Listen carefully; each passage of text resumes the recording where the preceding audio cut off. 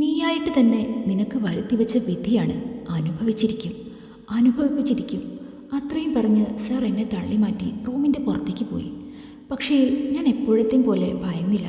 എന്തു നേരിടാനുള്ള ധൈര്യം ഞാൻ സ്വയം എടുത്തിരുന്നു. ഞാൻ മുറിയുടെ പുറത്ത് ഇറങ്ങിയതും രോഹിണി ചേച്ചി എൻ്റെ നേർക്ക് വന്നു. നീ എന്താ ഒന്നും എന്നോട് പറയാതിരുന്നത്? ചേച്ചി എന്താ പറയുന്നേ?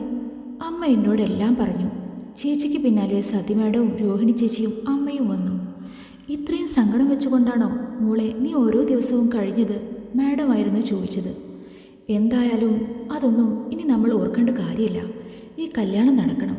ഇപ്പോൾ അത് മാത്രം ആലോചിക്കാം. രോഹിണി ചേച്ചിയുടെ അമ്മ പറഞ്ഞപ്പോൾ ചേച്ചിയും അതിനനുകൂലമായി മൂളി. പക്ഷേ ഇപ്പോൾ ഈ കല്യാണം വേണോ എന്നാണ് എൻ്റെ മനസ്സ് ചോദിക്കുന്നത്.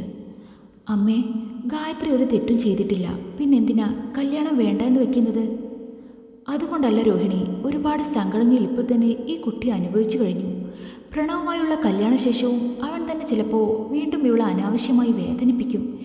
എന്തിനാ നമ്മൾ തന്നെ വെറുതെ? അമ്മേ, നമ്മളെല്ലാവരും ഇവിടെ കാണില്ലേ? പിന്നെന്താ? മാത്രമല്ല ഗായത്രിയുടെ അമ്മ അല്ല, മറിച്ച് ചെറിയമ്മയാണ് ആ സ്ത്രീ എന്നറിയുമ്പോൾ തന്നെ അവൻ്റെ മനസ്സ് പാതിയെ മാറി തുടങ്ങും. അതെ സതി, രോഹിണി പറഞ്ഞു തന്നെയാണ് ശരി. സത്യങ്ങളെല്ലാം പ്രണവ് അറിയണം. പക്ഷേ ദേഷ്യത്തോടെ നിൽക്കുന്ന അവനോട് ഇപ്പോൾ ഒന്നു പറഞ്ഞിട്ടും കാര്യമില്ല. സാവകാശം ഗായത്രി തന്നെ പറഞ്ഞു മനസ്സിലാക്കട്ടെ. എല്ലാം കേട്ട് കഴിഞ്ഞ് മാഡം എൻ്റെ അടുത്തേക്ക് വന്നു. ഗായത്രി, നിന്നെ ഈ വീട്ടിൽ പ്രണവിൻ്റെ ഭാര്യയായി കൊണ്ടുവരുന്നതിൽ എനിക്ക് എതിർപ്പൊന്നുമില്ല. പക്ഷേ നിന്റെ പൂർണ്ണ സമ്മതം എനിക്ക് വേണം. നീ പറയ്, സമ്മതമാണോ നിനക്ക് ഈ കല്യാണത്തിന്? എൻ്റെ മറുപടിക്കായി അവർ 3 പേരും എൻ്റെ മുഖത്തേക്ക് നോക്കി നിന്നു. എന്തു പറയണം എന്നൊരു നിമിഷം ആലോചിച്ചെങ്കിലും ആ വാക്കുകൾ എൻ്റെ നാവിൽ നിന്ന് വന്നു. എല്ലാം പറഞ്ഞ് ഞാൻ അവിടെ നിന്നും ഇറങ്ങി വീട്ടിൽ വന്നു. മുൻവശത്ത് തന്നെ ദേഷ്യത്തിൽ നിൽക്കുന്ന സുധിയെ കണ്ടു. എന്താടി? പണം കണ്ടപ്പോൾ ഇപ്പോൾ നിന്റെ ചെറിയമ്മയെ പോലെ നീയും ഈ കല്യാണത്തിന് സമ്മതം മൂളി അല്ലേ? അയാളുടെ നേർക്ക് നോക്കുക പോലും ചെയ്യാതെ ഞാൻ അകത്തുപോയി. പഠിച്ചുകൊണ്ടിരുന്ന സുധി എന്നെ കണ്ടപ്പോൾ എൻ്റെ അടുത്തേക്ക് വന്നു. ചേച്ചി എന്തായി? ചേച്ചി എന്തേ പറഞ്ഞേ അവരോട്? ഡി, നീ എന്ത് തീരുമാനമാണ് അവിടെ പറഞ്ഞിട്ട് വന്നത്? അടുത്തത് ചെറിയമ്മ ചോദിച്ചു. ആരൊക്കെ സമ്മതിച്ചാലും ഈ കല്യാണം ഈ സുധി നടത്തില്ല. ഡാ, അവരൊക്കെ വലിയ ആളുകളാണ്. ഈ കല്യാണം നടന്നാൽ ഈ കുടുംബം രക്ഷപ്പെടും. ചെറിയമ്മ അയാളെ സമാധാനപ്പെടുത്തുവാൻ പലതും പറഞ്ഞുകൊണ്ടേയിരുന്നു. അപ്പോഴെല്ലാം ഞാൻ മൗനം പാലിച്ച് അവിടെ ഇരുന്നു. പണം കണ്ടാൽ നിങ്ങളും വീഴും എന്ന് എനിക്കറിയാം. പക്ഷേ സമ്മതിക്കില്ല. ഇവരുടെ പേരും പറഞ്ഞ് നിങ്ങളും എൻ്റെ കയ്യിൽ നിന്ന് പണം വാങ്ങി കൂട്ടിയിട്ടുണ്ടല്ലോ. നീ എന്താ ഇപ്പോൾ കണക്ക് പറയുകയാണോ? എനിക്ക് തന്നെ ഇവളെ കെട്ടിച്ചു തന്നില്ലെങ്കിൽ കണക്ക് മാത്രമല്ല, തന്ന കാശ് പലിശ സഹിതം തിരിച്ചു മേടിക്കാനും ഈ സുധിക്കറിയാം. അയാളുടെ ആ ഭീഷണിയിൽ അവർ ഭയന്നു. പിന്നീടും എന്തൊക്കെ പറഞ്ഞിട്ടും അയാളുടെ നിലപാടിൽ തന്നെ ഉറച്ചു നിന്നു. ഓ, നീ ഇനി ഇവിടെ കിടന്ന് കളി തുള്ളി നാട്ടുകാരെയും കൂടെ അറിയിക്കേണ്ട. ഗായത്രിയെ നിനക്ക് തന്നെ കല്യാണം കഴിപ്പിച്ചു തരാം. അയാളുടെ ഭീഷണിയിൽ വീണ് അവസാന ചെറിയമ്മയുടെ നാവിൽ നിന്നും അങ്ങനെ ഒരു തീരുമാനം വന്നു. അമ്മ എന്തൊക്കെയാ ഈ പറയുന്നേ? വാക്ക് കെടുത്തിട്ട് മാറ്റി പറയാനോ? വാക്ക് കൊടുത്താൽ എന്താ? ഡി ഗായത്രി, എനിക്കിനി അവിടെ പോയി മാറ്റി പറയാനൊന്നും വയ്യ. അവരുടെ നമ്പർ താ, ഞാൻ വിളിച്ചു പറയാം ഈ കല്യാണം നടക്കില്ല എന്ന്. അവസാനം ആഗ്രഹിച്ചത് നേടിയെന്ന അർത്ഥത്തിൽ അയാൾ എൻ്റെ നേർക്ക് ഒരു വിജയപുഞ്ചിരി പിതറി. അപ്പോൾ ഞാൻ മൗനം പാലിച്ചു. ഡി, നിന്നോട് ചോദിച്ചത് കേട്ടില്ലേ? നമ്പർ തരാൻ. വിളിച്ചു പറയാം ഈ കല്യാണം നടക്കില്ല എന്ന്. ശരിയാ, നടക്കില്ല. ഈ കല്യാണമല്ല, നിങ്ങളുടെയൊക്കെ മനസ്സിലിരിപ്പ് ഇനി നടക്കില്ല. മൗനത്തിന് വിരാമം ഇട്ടുകൊണ്ട് ഞാൻ സംസാരിച്ചു തന്നു. പതറാതെ തന്നെ. അത് പറയാൻ നീ ആരടി ആസത്തെ? പിന്നെ എൻ്റെ കാര്യം ഞാനല്ലാതെ എന്നെ ദ്രോഹിക്കുക മാത്രം ചെയ്യുന്ന നിങ്ങളാണോ തീരുമാനിക്കേണ്ടത്? തർക്കുത്തരം പറയുന്നോടി എന്ന് പറഞ്ഞ് അവർ എൻ്റെ നേർക്ക് ഉയർത്തിയ കൈ ഞാൻ തടഞ്ഞു. നിങ്ങളുടെ സംസ്കാരമില്ലാത്ത സംസാരം മാത്രമല്ല, ഈ വൃത്തികെട്ട കൈയും എൻ്റെ നേർക്കുയർന്ന മുമ്പത്തെ പോലെ എല്ലാം സഹിച്ചു നിന്ന് എന്ന് വരില്ല. പിന്നെ നീ എന്ത് ചെയ്യും? തിരിച്ചു തല്ലോ? ചിലപ്പോൾ അതും ചെയ്തു തന്നിരിക്കും. ആ വാക്കുകൾ അവർ ഒട്ടും പ്രതീക്ഷിച്ചില്ല. അവർ മാത്രമല്ല, ആ വൃത്തികെട്ടൻ്റെ മുഖത്തും ആ ഞെട്ടലുണ്ട്. ഭൂമിയോളം സഹിച്ചു, ക്ഷമിച്ചു. എന്നിട്ടും സമാധാനം തന്നില്ലെങ്കിൽ ഏത് ചേരായാലും തിരിച്ചു കൊത്തും. കണ്ടോ, നിങ്ങളുടെ മോള് പറയുന്നത് കേട്ടോ? അവൾ എന്നെ തല്ലുവെന്ന്. അവിടേക്ക് വന്ന അച്ഛനോട് അവർ പറഞ്ഞപ്പോഴും ഞാൻ ഭയന്നില്ല. എന്താടി, വലിയ കൊമ്പത്തെ ആലോചന വന്നപ്പോൾ നിന്റെ തലയും പൊങ്ങിയോ? ഇത്രയും നാൾ ഒന്നും പുറത്ത് പറയാതെ ഇരുന്നത് പ്രതികരിക്കാൻ മറന്നിട്ടല്ല. ഈ നിൽക്കുന്ന എൻ്റെ അനിയത്തിയെ ഓർത്ത് മാത്രമാണ്. ഇതുപോലെ ഒരു വൃത്തികെട്ട സ്ത്രീയുടെ മകളാണ് എന്ന് പുറത്തു പറഞ്ഞാൽ അവരറിഞ്ഞാൽ ഇവരുടെ ഭാവി എന്താകും എന്നോർത്ത് മാത്രമാണ് ഒന്നും പ്രതികരിക്കാതെ ഇത്രയും നാൾ ഞാൻ ഇവിടെ തന്നെ കഴിഞ്ഞത്. പക്ഷേ ഇനി അതല്ല. എല്ലാവരെയും നോക്കിക്കൊണ്ട് ഞാൻ എൻ്റെ തീരുമാനം പറഞ്ഞു. എൻ്റെ കല്യാണം ഉറപ്പിച്ചതുപോലെ തന്നെ നടക്കും. നിങ്ങൾ വിചാരിക്കുന്നത് പോലെ പണത്തിനോട് ലാർത്തിയല്ല, ഈ നരകത്തിൽ നിന്നും രക്ഷപ്പെടാൻ തന്നെയാണ്. അതിന് ഞാൻ കൂടെ സമ്മതിക്കണ്ടേടി എന്ന് പറഞ്ഞുകൊണ്ട് സുധി എന്നെ കയറി പിടിക്കാൻ ശ്രമിച്ചതും അയാളെ തല്ലി മാറ്റി തലയണയുടെ അടിയിൽ നിന്നും ഞാൻ വെട്ടുകത്തിയെടുത്തു. അച്ഛനും ചെറിയമ്മയും ആ സുധിയും പിന്നോട്ട് നീങ്ങി. അടുക്കളയിൽ ഇരിക്കേണ്ട ഈ കത്തി എൻ്റെ തലയണയടിയിൽ ഞാൻ തന്നെയാണ് കരുതിയിരുന്നത്. നിങ്ങളുടെയൊക്കെ മുന്നിൽ വെച്ച് ഏത് വൃത്തികെട്ടവരും എന്നെ കയറി പിടിച്ചാലും നിങ്ങളാരും പ്രതികരിക്കില്ല എന്നെനിക്ക് നല്ല ഉറപ്പുള്ളത് തന്നെയാ. നീ എന്താടി കത്തി കാട്ടി ഞങ്ങളെ ഭീഷണിപ്പെടുത്തുവാണോ? ഭീഷണിയല്ല, മാനം സംരക്ഷിക്കാൻ വേണ്ടി ഒരുത്തനെ കൊന്നാൽ പോലും ഒരു കോടതിയും എന്നെ ജയിലിൽ കിടത്താൻ പോകുന്നില്ല. വേണ്ടി വന്നാൽ എന്നെ കയറി പിടിക്കുന്നവനെ മാത്രമല്ല, അതിന് കൂട്ടുനിൽക്കുന്നവരുടെ കഴുത്ത് വെട്ടാനും ഞാൻ മടിക്കില്ല. അത് ഇനി അച്ഛനായാലും ചെറിയമ്മയായാലും. അതുകൊണ്ട് അച്ഛനും ചെറിയമ്മയും ഒക്കെ ചെല്ല്. മകളുടെ കല്യാണത്തിന് തയ്യാറെടുപ്പുകൾ എല്ലാം നോക്കേണ്ടതില്ലേ? എല്ലാവരും എന്നെ പ്രാഗിക്കൊണ്ട് അവിടെ നിന്നും പോയി. കയ്യിൽ മുറുക്കെ പിടിച്ചിരുന്ന കത്തി ഞാൻ കട്ടിലേക്കിട്ടു. അവിടെ തലകുത്തിയിരുന്നു. ചേച്ചി, സ്വാതി വിക്കിക്കൊണ്ട് എന്നെ വിളിച്ചപ്പോഴാണ് ഞാൻ അവരുടെ മുഖത്തേക്ക് നോക്കി. മോളെ, ഇനിയും ഈ ചേച്ചിക്ക് വയ്യ. നിന്റെ അമ്മയുടെയും നമ്മുടെ അച്ഛൻ്റെയും ആട്ടും തുപ്പും കൊള്ളാൻ. അതുകൊണ്ടാ. നിനക്ക് വിഷമായോ നിന്റെ അമ്മയോട് ഞാൻ ഇങ്ങനെയൊക്കെ പെരുമാറിയതിന്? വിഷമോ? ഇപ്പോഴല്ലേ ചേച്ചി ശരിക്കും എൻ്റെ ചേച്ചിയായത്. ആ കത്തി കൊണ്ട് ഒരു ചെറിയ കൊട്ടമ്മക്ക് കൊടുത്തില്ലേ എന്ന വിഷമം മാത്രമേ എനിക്കുള്ളൂ. എന്നാലും മിണ്ടാപ്പൂച്ച പോലെ നടന്ന ചേച്ചിക്ക് എങ്ങനെ സാധിച്ചു ഇതൊക്കെ? അവൾ ആ ചോദ്യം ചോദിച്ചപ്പോൾ ഒരു മുഖം മാത്രമേ എൻ്റെ മനസ്സിൽ വന്നുള്ളൂ. ശോഭമ്മയുടെ മുഖം, രോഹിണി ചേച്ചിയുടെ അമ്മ. എന്നോട് ആ അമ്മ പറഞ്ഞ ഓരോ വാചകങ്ങളും അപ്പോൾ എനിക്ക് മനസ്സിലായി. ദുരന്തം അനുഭവിക്കുന്നവർക്ക് വേണ്ടത് സാന്ത്വനമല്ല, പ്രചോദനമാണ് എന്ന്. എന്തായാലും എനിക്കിഷ്ടപ്പെട്ടു. ഒരു കാര്യത്തിനേ ഉള്ളൂ സങ്കടം, അധികം നാൾ ചേച്ചി ഇനി ഇവിടെ കാണില്ലല്ലോ എന്നോർത്ത്. അല്ല, എപ്പോഴാണ് കല്യാണമെന്ന് ഉറപ്പിച്ചോ? ഇന്നാണ് ആ ദിവസം. ഏതൊരു പെണ്ണിൻ്റെയും സ്വപ്ന ദിവസം, അവളുടെ വിവാഹ ദിവസം. ആർഭാടത്തോടെ നടത്തി മിനുങ്ങി നടക്കാമെന്നുള്ള എൻ്റെ വീട്ടുകാരുടെ ആഗ്രഹത്തിന് തികച്ചും വിപരീതമായാണ് ചടങ്ങ് നടത്താൻ തീരുമാനിച്ചത്. വളരെ ചുരുക്കം ബന്ധുക്കളെ മാത്രം വിളിച്ചുകൊണ്ട് അവരുടെ കുടുംബക്ഷേത്രത്തിൽ വളരെ ലളിതമായി നടത്തുന്ന ചടങ്ങ്. അന്ന് നടന്ന സംഭവത്തിന് ശേഷം ഞാനും ചെറിയമ്മയുടെയും അച്ഛൻ്റെയും മുമ്പിൽ താഴ്ന്നു കൊടുത്തിട്ടില്ല. എന്നാലും കല്യാണത്തിൻ്റെ പേരും പറഞ്ഞ് പറ്റാവുന്നിടത്തോളം കാശും അവർ വാങ്ങിച്ചെടുത്തു. പണത്തിനോടുള്ള അവരുടെ ആർത്തി കണ്ട പലപ്പോഴും ഞാൻ ചിന്തിച്ചിട്ടുണ്ട്, മരിക്കുമ്പോഴും ഇവർ അതൊക്കെ കൊണ്ടുപോകുമോ എന്ന്. ചേച്ചി അന്താലോചിച്ചുകൊണ്ടിരിക്കുക. വാ, മുഹൂർത്തമായി. ഓ, വലിയ മഹാറാണിയാവാൻ പോവുകയല്ലേ, അതിൻ്റെ ആലോചനയായിരിക്കും. എന്താ ഇതമ്മേ, ഒരു നല്ല കാര്യം നടക്കാൻ പോകുമ്പോഴാണോ മുടക്കം പറയുന്നത്? സാരമില്ല സ്വാതി, ചിലരുടെ അഴുക്ക് എത്ര തേച്ചാലും മാച്ചാലും പോവില്ല, രക്തത്തിൽ കൂടിക്കലർന്നതാണ്. നീ എന്താ പറയുന്നേ? എൻ്റെ ദേഹത്ത് അഴുക്കാണെന്നോ? ദേഹത്ത് അഴുക്കായത് കൊണ്ടല്ലേ കല്യാണപ്പെണ്ണായ എന്നേക്കാൾ സ്വർണം നിങ്ങളിട്ടിരിക്കുന്നത്. പക്ഷേ മനസ്സിൽ അഴുക്ക് മറച്ചു വെക്കാൻ ഒരിക്കലും സാധിക്കില്ല. സ്വാതി, നീ ഇവളെയും വിളിച്ച് കൊണ്ടുപോ. ഞാൻ പോവാ, അല്ലെങ്കിൽ എൻ്റെ നാവ് ചൊറിഞ്ഞുകൊണ്ട് വരും. ചേച്ചി, അതൊന്നും കാര്യമാക്കണ്ട. വാ. ഞാൻ അവളുടെ പിന്നാലെ നടന്നു. എല്ലാവരുടെയും ശ്രദ്ധ എന്നിലേക്കായിരുന്നു. വാ മോളെ. സതി മാഡം വന്ന് എന്നെ വിളിച്ചുകൊണ്ട് പോയി കോവിലത്തിനു മുന്നിലായി നിൽക്കുന്ന പ്രണവ് സാറിൻ്റെ അടുത്തേക്ക് കൊണ്ടുപോയി. ഞാൻ പതിയെ ആ മുഖത്തേക്ക് നോക്കി. മറ്റുള്ളവരുടെ നിർബന്ധത്തിന് വഴങ്ങിയാണ് ഈ വിവാഹത്തിന് സമ്മതിച്ചത് എന്ന് ആ മുഖത്ത് തെളിഞ്ഞു കാണാം. അന്ന് വീട്ടിൽ വെച്ച് എന്നോട് ദേഷ്യപ്പെട്ട് സംസാരിച്ചതിന് ശേഷം ഇതുവരെ ഞങ്ങൾ തമ്മിൽ ഒന്നും സംസാരിച്ചിട്ടില്ല. വന്ന എല്ലാവരും ഞങ്ങൾക്ക് ചുറ്റുമായി നിന്നു.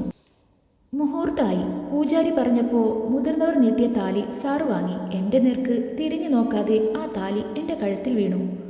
പൂക്കൾ ഞങ്ങൾക്ക് നേരെ വീഴുന്നപ്പോൾ ഞാൻ സാറിനെ നോക്കി. ആ കണ്ണുകൾ എൻ്റെ മുഖത്ത് തന്നെ പതിഞ്ഞു നിന്നു. എൻ്റെ നെറുകയിൽ സിന്ദൂരം ചേർത്തുമ്പോൾ കണ്ണുകൾ അടച്ച് പ്രാർത്ഥിച്ചുകൊണ്ട് ഞാൻ നിന്നു. തുടങ്ങിയിട്ടേയുള്ളൂ. ആ ഒരൊറ്റ വാക്ക് മാത്രമാണ് ആ നാവിൽ നിന്നും വന്നത്. എന്തുകൊണ്ടോ അതൊന്നും എന്നെ തളർത്തിയില്ല. സ്വന്തം വീട്ടിൽ ഞാൻ അനുഭവിച്ച ദുരന്തങ്ങളെക്കാൾ കൂടുതലൊന്നും ഇനി അനുഭവിക്കാൻ ബാക്കിയില്ല എന്ന ചിന്തയായിരിക്കാം. സ്വാധീനമായി യാത്ര പറയുമ്പോൾ മാത്രമായിരുന്നു എൻ്റെ കണ്ണ് നിറഞ്ഞത്. എൻ്റെ മോളെ, നന്നായി ജീവിക്ക്, പോയിട്ട് വാ. ഉള്ളിൽ ശപിച്ചുകൊണ്ട് പുറമെ അനുഗ്രഹിക്കുന്ന ചെറിയമ്മയെ കണ്ടപ്പോൾ ഉച്ചമായിരുന്നു എൻ്റെ മുഖത്ത്, സത്യം അറിയാവുന്ന എല്ലാവരുടെയും മുഖത്തും. വീട്ടിലേക്കുള്ള യാത്രയിൽ സാർ എന്നോട് ഒന്നും സംസാരിച്ചില്ല. എല്ലാം പതിയെ ശരിയാകും എന്ന പ്രതീക്ഷയിലായിരുന്നു ഞാൻ. വീടെത്തിയതും ആരോടും ഒന്നും പറയാതെ സാറ് നേരെ അകത്ത് കയറി. അതുകൊണ്ട് എല്ലാവരും എൻ്റെ മുഖത്ത് നോക്കിയപ്പോഴും ഉള്ളിൽ വേദന തോന്നിയെങ്കിലും പുറമേ ഞാൻ ചിരിച്ചു. ആദ്യമായിട്ടല്ല നീ ഇവിടെ വരുന്നത്, എന്നാലും ചടങ്ങെല്ലാം പാലിക്കണമല്ലോ. വലതുകാൽ എടുത്തു വെച്ച് വാ മോളെ. പുതു വീട്ടിൽ ഭർത്താവില്ലാതെ കല്യാണ ദിവസം തന്നെ ഒറ്റയ്ക്ക് കയറേണ്ടി വന്ന എൻ്റെ അവസ്ഥ മറ്റൊരു പെൺകുട്ടിക്കും ഉണ്ടാവില്ലേ എന്ന് പ്രാർത്ഥിച്ചുകൊണ്ട് ഞാൻ ആ പടി കയറി. അടുത്ത ബന്ധുക്കൾ മാത്രമേ ഉണ്ടായിരുന്നുള്ളൂ. പതിയെ പതിയെ അവരും പോയി തുടങ്ങിയിരുന്നു. വൈകിട്ടായപ്പോൾ ഒരു ഭയമായിരുന്നു മനസ്സ് നിറയെ. രാത്രിയായപ്പോൾ ഭയം മാറി ഒരു വെപ്രാളായിരുന്നു. ചേച്ചി, എന്താടി? ഞാൻ പ്രണവ് സാറിൻ്റെ മുറിയിൽ തന്നെ കിടക്കണം എന്ന് നിർബന്ധമുണ്ടോ? പിന്നെ ഭർത്താവിൻ്റെ മുറിയിലല്ലേ ഭാര്യ കിടക്കേണ്ടത്? നീ പേടിക്കണ്ട, ഞാൻ പറഞ്ഞില്ലേ, അല്പം ദേഷ്യം വെച്ചാൽ അവനൊരു പാവാണ്. പുറമെ എല്ലാവരുടെയും മുമ്പിൽ വെച്ച് തന്നെ എന്നെ കൊല്ലാനുള്ള കലി കാണിക്കുന്ന ആളുടെ മുമ്പിൽ ഞാൻ ഒറ്റയ്ക്ക്. പിന്നെന്താ, നിനക്ക് കൂട്ടിന് ഞാനും വരണോ? വരുമോ? ഈ പെണ്ണിൻ്റെ ഒരു കാര്യം, നടക്കങ്ങോട്ട്. നഴ്സറിയിൽ ചേർക്കുന്ന കൊച്ചുകുട്ടികളെ പോലെ ചേച്ചി എൻ്റെ കൈയും പിടിച്ച് വലിച്ച് റൂമിലേക്ക് കൊണ്ടുപോയി. എൻ്റെ ദേവി, സാറ് റൂമിൽ കാണല്ലേ എന്ന് പ്രാർത്ഥിച്ചുകൊണ്ടാണ് വന്നതെങ്കിലും പതിവ് പോലെ എൻ്റെ പ്രാർത്ഥനയുടെ വിപരീതമാണ് നടന്നത്. റൂമിൽ തന്നെ സാറുണ്ടായിരുന്നു. ഡാ, ഇപ്പോഴേ മൊത്തത്തിൽ പേടിച്ച് നിൽക്കുക നീ ആയിട്ട് ഇനി കൂടുതൽ പേടിപ്പിക്കരുത്, ചേച്ചി പറഞ്ഞപ്പോൾ സാർ എന്നെ നോക്കി. രാവിലെ തൊട്ടുള്ള ഓട്ടമല്ലേ ചേച്ചി, പോയി റെസ്റ്റ് എടുക്ക്. എന്നാ ശരി. എനിക്കും ഒരു കള്ളച്ചിരി തന്നു ചേച്ചി പോയി. അതിൻ്റെ പിന്നാലെ സാറ് പോയി വാതിലടച്ച് കുറ്റിയിട്ടു. ആ എ സിയിലും ഞാൻ നിന്ന് വിയർക്കുകയായിരുന്നു. സാർ എൻ്റെ അടുത്തേക്ക് വന്നു. ഞാൻ പിന്നിലോട്ട് പോയില്ല. പോയിട്ടും കാര്യമില്ലെന്ന് അറിയാവുന്നത് കൊണ്ടായിരിക്കും. സാറ് വന്ന് എൻ്റെ കഴുത്തിൽ കിടന്ന താലി കയ്യിലെടുത്തു. താലി 7 ദിവസം കഴിഞ്ഞല്ലേ മാലയിൽ ചേർത്തിടുന്നത്? ഞാൻ അതെ എന്ന രീതിയിൽ തലയാട്ടി. ആ 7 ദിവസത്തിനുള്ളിൽ തന്നെ നീ ഇവിടുന്ന് പോയാലോ? എന്തിനാ എന്നോട് ഇത്ര ദേഷ്യം? ഭയമുണ്ടെങ്കിലും മിണ്ടാതെ നിൽക്കാൻ കഴിഞ്ഞില്ല. എൻ്റെ ഭാര്യയോട് ഞാനല്ലാതെ വേറെ ആരാ ദേഷ്യം കാണിക്കേണ്ടത്? സ്നേഹം നിറഞ്ഞ വാക്കുകൾ അല്ലായിരുന്നു അവ. എന്തായാലും നീയും നിൻ്റെ കുടുംബവും ഒരുപാട് ആഗ്രഹിച്ച് നടത്തിയ കല്യാണമല്ലേ? എൻ്റെ കയ്യിലിരുന്ന പാൽ ഗ്ലാസ് വാങ്ങി മേശപ്പുറത്ത് വെച്ച് സാറ് വീണ്ടും എൻ്റെ മുഖത്തേക്ക് നോക്കി. കിടക്കണ്ടേ? ഞാൻ മറുപടി ഒന്നും പറഞ്ഞില്ല. അല്ല, ശരിക്കും ഇതെൻ്റെ ഫസ്റ്റ് നൈറ്റ് തന്നെയാണോ? മനസ്സിലായില്ല. നിന്റെ ദേഹത്ത് തൊടാൻ പോകുന്ന ആദ്യ പുരുഷൻ തന്നെയാണോ ഞാനെന്ന്? കരയില്ല എന്ന് ഉറപ്പിച്ചുകൊണ്ട് തന്നെയാണ് ആ വീട്ടിൽ വന്നത്. എങ്കിലും ആ വാക്കുകൾക്ക് മുമ്പിൽ ഞാൻ തോറ്റുപോയി. പേടിക്കണ്ട, എന്തായാലും ആ ലിസ്റ്റിൽ എനിക്ക് പേര് ചേർക്കണ്ട. കട്ടിൽ കിടന്ന് ഷീറ്റും തലയണയും എൻ്റെ നേർക്ക് എറിഞ്ഞു. ഞാൻ നിന്നെ ഭാര്യയായി പോലെ കാണുന്നില്ല. നിന്നെ ഒരുപാട് വേദനിപ്പിക്കുകയാണ് എന്നൊക്കെ നിനക്ക് ആരോട് പോയി വേണമെങ്കിലും പരാതി പറയാം. വേണമെങ്കിൽ ഞാൻ ഒരു ദിവസം പുറത്താകുന്നതിന് മുമ്പ് തന്നെ ഈ വീടും വിട്ട് നിനക്ക് പോകാം. മുമ്പത്തെ പോലെ ദേഷ്യം പിടിച്ചുകൊണ്ട് അല്ല ഇപ്പോൾ സംസാരിച്ചത്. ശാന്തതയിലായിരുന്നു. എങ്കിലും ഓരോ വാക്കുകൾക്കും അമ്പിൻ്റെ ശക്തി ഉണ്ടായിരുന്നു. ഞാൻ ഒന്നും പറയാതെ നിലത്ത് ഷീറ്റ് വിരിച്ച് കിടന്നു. മുറിയിലെ വെട്ടം മാഞ്ഞത് ഞാൻ അറിഞ്ഞില്ല. കാരണം എൻ്റെ മനസ്സിന് അതിനേക്കാൾ ഇരുട്ടായിരുന്നു. അപ്പോൾ രാവിലെ ആദ്യം കണ്ണു തുറന്നപ്പോൾ കണ്ടത് ഇന്നലെ സർ വാങ്ങിവെച്ച ഗ്ലാസ്സിലെ പാൽ പാടയായിട്ട് ഇരിക്കുന്നതായിരുന്നു. ആഹാ, നല്ല കണി. എഴുന്നേറ്റപ്പോൾ കണ്ടു കട്ടിൽ കമിഴ്ന്നു ഉറങ്ങുന്ന സാറിനെ. ഉറങ്ങുമ്പോൾ എന്ത് പാവാണ് എൻ്റെ ഭർത്താവ്. ഉണരൂ ഉപഭോക്താവേ, ഉണരൂ, അല്ലെങ്കിൽ വേണ്ട. ഇനി ഉറക്കത്തിൽ വിളിച്ചെണീപ്പിച്ച ബാക്കി അംഗം അതിനായിരിക്കും. ഷീറ്റ് മടക്കി ബെഡിൻ്റെ താഴെ വെച്ച് ഈ ദിവസം ഇനി എന്താണാവോ എന്നെ കാത്തിരിക്കുന്നത് എന്ന ചിന്തയിൽ ഞാൻ നിന്നു. സാർ ഉറക്കത്തിൽ നിന്ന് അനങ്ങിയപ്പോൾ ഞാൻ നൊയിലും കൊണ്ട് നേരെ ബാത്റൂമിലേക്ക് ഓടി. ആ, മോള് നേരത്തെ എഴുന്നേറ്റോ? പ്രണവ് എഴുന്നേറ്റില്ലേ? ഇല്ല, സാറ് റൂമിൽ. സാറോ? ഇപ്പോൾ പഴയതുപോലെ നീ ഇവിടുത്തെ വേലക്കാരിയല്ല, അത് ഓർമ്മ വേണം. ഒവ്വ മാഡം. അല്ല അമ്മേ. രോഹിണി ചേച്ചിയും പിന്നാലെ എൻ്റെ ഭർത്താവും വരുന്നു. ഞാൻ കുളിച്ചിട്ട് ഇറങ്ങിയപ്പോഴേ സുഖമായി ഉറങ്ങിക്കിടന്ന ആളാണ്. ആ, എന്ത് പറ്റി? നീന്ത് നേരത്തെയാണല്ലോ. കല്യാണം കഴിഞ്ഞില്ലേ? അപ്പോൾ ശീലമൊക്കെ മാറി തുടങ്ങി ഇല്ലേ? രോഹിണി ചേച്ചി ഞങ്ങളെ നോക്കി ചിരിച്ചുകൊണ്ട് പറഞ്ഞു. ഒരു കോൾ വന്നപ്പോൾ എഴുന്നേറ്റതാ, അല്ലാതെ വേറെ ഒന്നുമല്ല. അമ്മേ, ശാന്ത ചേച്ചിയോട് ചായ എടുക്കാൻ പറയാം. ഇനി എന്തിനാണ് മറ്റുള്ളവരോട് പറയുന്നത്? നിന്റെ ഭാര്യയല്ലേ ഇതേ നിൽക്കുന്നത്. എന്നെ നോക്കിയതല്ലാതെ ഒന്നും പറഞ്ഞില്ല. ഞാൻ ചായ എടുക്കാം. മോള് ചായ കുടിക്കുന്നില്ലേ? ഈ ചായ ഉണ്ടല്ലോ. ഞാൻ പറഞ്ഞത് കേട്ട് ശാന്ത ചേച്ചിക്ക് ഒന്നും മനസ്സിലായില്ല. ഞാൻ ചായ കൊണ്ട് പോയി കൊടുക്കുമ്പോൾ എന്തായാലും വാങ്ങി കുടിക്കില്ല. അപ്പോൾ പിന്നെ വേറൊരു ചായയുടെ ആവശ്യമുണ്ടോ? മോൾക്ക് സങ്കടമില്ലേ?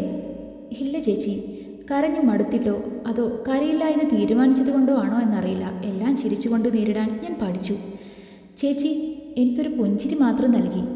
ചായയായി ഞാൻ മുറിയിലേക്ക് പോയി. എന്തോ ഫയൽ നോക്കിക്കൊണ്ട് നിൽക്കുവാണ്. ചായ ഞാൻ പറഞ്ഞപ്പോൾ തിരിഞ്ഞു നോക്കി. പക്ഷേ ഞാൻ ഒട്ടും വിചാരിക്കാതെ സാറ് ചായ വാങ്ങി കുടിച്ചു. കുടിച്ചതും അതേപടി എൻ്റെ നേരെ തിരിഞ്ഞു. ചായക്ക് ചൂടില്ല. ചൂടുണ്ടല്ലോ. ഇതിലും ചൂടാണ് ഞാൻ കുടിക്കാറ്. ചൂടനായതുകൊണ്ടാവും ചൂട് ചായയെ കുടിക്കൂ. എന്ത്? ഒന്നുമില്ല.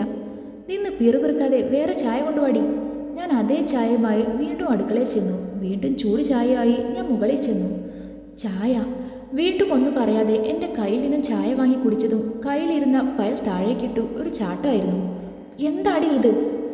ചായ. തൊണ്ട പൊള്ളിക്കാനാണോടി ഇത്രയും ചൂടോടെ കൊണ്ടുവന്നത്? ചൂട് ചായ വേണമെന്ന് പറഞ്ഞു. ചൂട് ചായയല്ലേ വേണമെന്ന് പറഞ്ഞത്, അല്ലാതെ തിളച്ച ചായയല്ലല്ലോ. ചൂടി കൂടിപ്പോയതായിരിക്കും, ഞാൻ തണുപ്പിച്ചു കൊണ്ടുവരാം. എന്നോട് എന്തൊക്കെയോ പറയണമെന്നുണ്ട്, എങ്കിലും നാക്ക് പൊള്ളിയതുകൊണ്ട് ഒന്നും പറയാൻ പറ്റാത്ത അവസ്ഥയും. പോടി, അത്രയും പറയാനേ പറ്റിയുള്ളൂ. അല്ല, ഈ ചായ കൊണ്ടുപോടി. പിന്നെ അവിടെ നിന്നില്ല, നേരെ താഴേക്കിറങ്ങിയതും ആരോ കോളിംഗ് ബെൽ അടിച്ചു. ഞാൻ നേരെ ചെന്ന് വാതിൽ തുറന്നു. തോളിൽ ഒരു ബാഗും മുഖത്തൊരു കൂളിംഗ് ഗ്ലാസും ഒക്കെ വെച്ച് 32 പല്ലും കാട്ടി ചിരിച്ചുകൊണ്ട് നിൽക്കുന്ന ഒരു ചെറുപ്പക്കാരൻ. ഗായത്രി ഏട്ടത്തി? ഏട്ടത്തിയാണോ എന്നറിയില്ല, എന്തായാലും ഗായത്രി ആയതുകൊണ്ട് തലയായിട്ടി. ഓ, സോ സ്വീറ്റ് ഓഫ് യു ഏട്ടത്തി. രാവിലെ തന്നെ ചായയുമായല്ലേ ഡോർ ഓപ്പൺ ചെയ്യാൻ വന്നത്? എനിക്ക് പറയാൻ ഒരു ഗ്യാപ്പ് പോലും തരാതെ ആ ചായ വാങ്ങി കുടിച്ചതും നാവ് പൊള്ളിയതുകൊണ്ട് പുറത്തേക്ക് അതേപടി തുപ്പിയതും ഒരുമിച്ചായിരുന്നു. എൻ്റെ ഈശ്വര, രാവിലെ കണിയായി പാല് കണ്ടതുകൊണ്ടാണോ ഇന്ന് മൊത്തം ചായയുടെ കളി?